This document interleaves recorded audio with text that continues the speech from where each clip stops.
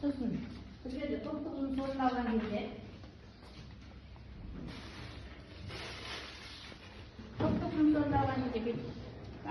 қиынырақ тапсырмалар болады бізде с деңгейі немесе б-ның қиындау есептер болады. Сол кезде 3 есепті берсек, сосын біздерде мынандай тәртіпшілер бар.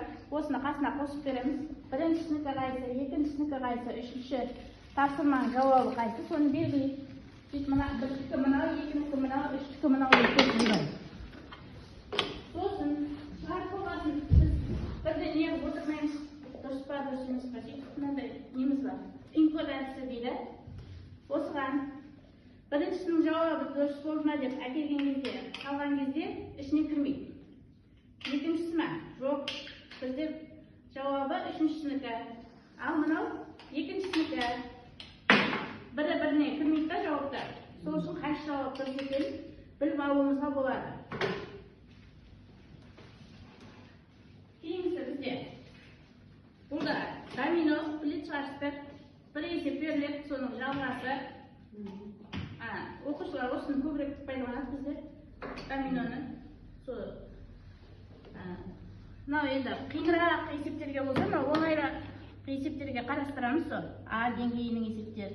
Сөйтіп айналдырып қойған кезде біріншісінде қойды. Енді менің кілті менде болады. Жасындырып алдым. Енді әкеліп қойған кезде мына стрелкалардың айналасында біздерде дұрыс жауаптар болу керек. Біздерде мына жерде смайлик болса, смайлик, бұрыштар, фигуралар болатын болса, қосу, ауыз айту амалдар болатын болса, осыған тең келу керек. Міне, ал қойдым, менде міне. Біріншісі келді, екіншісі келген жоқ міне. Мен қазір қойып тастадым бұл, келіп тұрған жоқ. Бұны келтіруші міне біріншісінен кейін менде не болу керек? Жүрек болу керек. Кейінгісі бес бұрыш болу керек. Әрқайсысы бір-бірінің ізінен орындалу керек. Осылай біздерде кілті өзімізде тұрады, оқушылар дұрыс па, дұрыс емес пе соны орындаған кезде біздерде өзіміз әкеліп тексере аламыз. Бірден қойған кезде жауаптар дұрыс болса, барлығы дұрыс. 3 балл есептесек, топтық жұмысқа 3 балл деп беріледі. Кейінгісі біздерде жұптық жұмысқа. Мына жерде жүптер бар. Соны әркім өзі таңдайды дейді, ішінен шығады. Адам оқушылар шақырамыз да жұмысқа. Сол кезде біз көрсеткен кезінде екі оқушы бір цвет таңдап қалады. Бір жасыл таңдаса, бір мына жақтан жасыл таңдайды. Қоңыр таңдаса, екінші жағынан қоңыр таңдайды. Сол кезде мына жерде бір болса, бір, екі болса, екі келеді. Толық есептерін орындамады деп келеді ауден. Біздерде 14 оқушы болса, міне мысалы үшін мен мына жерде 7 тапсырма орындап қойыппын. Осы жерде берілген, осы бойынша кімге бір түссе бірдегі тапсырма, екі түссе екідегі, үш түссе үштегі тапсырманы алып орындайды. Сосын бізде бұның да жауабын тексеріп отырмаймыз. Оқушылар өздерінің дәптерлеріне орындаған кезде мен мына жерде арнайы жауаптар қойғамын. Сосын мына жерде ашқан кезде міне біздерде мына квадраттың есептері берілген ғой. Сол бойынша жұп болып орындайды. Жауабын ашқан кезімізде біздерде мына жерде жауабы шығып тұрады. Оқушыларға тексерін дейміз. Досын тексер деген әдістеріміз бар ғой.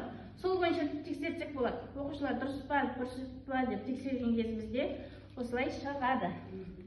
Осы жұптық жұмысқа, мыналар топтық жұмысқа орындатсақ болады. Сосын біздерде оқушылар серіктілік сәті бар. Жақсы қатысқан оқушыларға деп.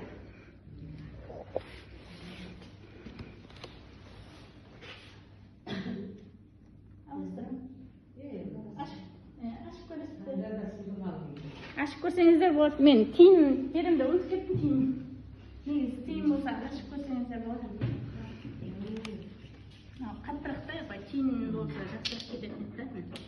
Не шықтапайды?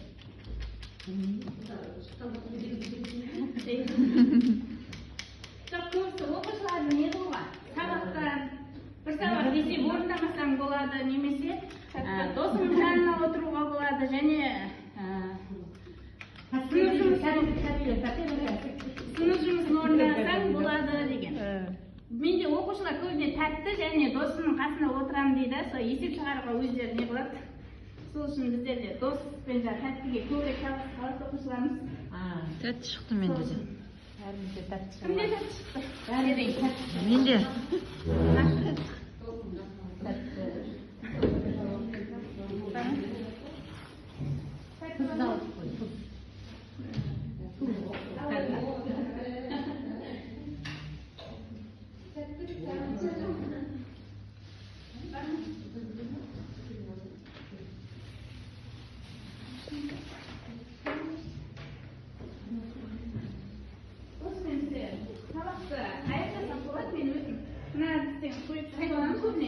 интернет болмай қалып басқа не болып қалады. Сол кезде оқушылардан сұраймыз, тақтаға қысып қалған кезде сіздерге қайсысы не көбірек ұнады деймін. Сол кезде жасыл болса барлығы ұнады, сары болса онша түсінбедім немесе сәл азырақ болды немесе сұрағым бар, қызыл болса сабақты түсінбедім деген сияқты. Менде оқушылар осылай орындайды өздері. Сосын бізде бағалау көбіне шкаласын пайдаланамыз. Ол кезде біздерде оқушылар өздері айтады, 10 болса сабақтың соңында, 10 болса 10, 9 болса 9, 8 болса 8 деп бағаланады. Сонымен үй жұмысын беріп, тапсырмаларды орындаймыз.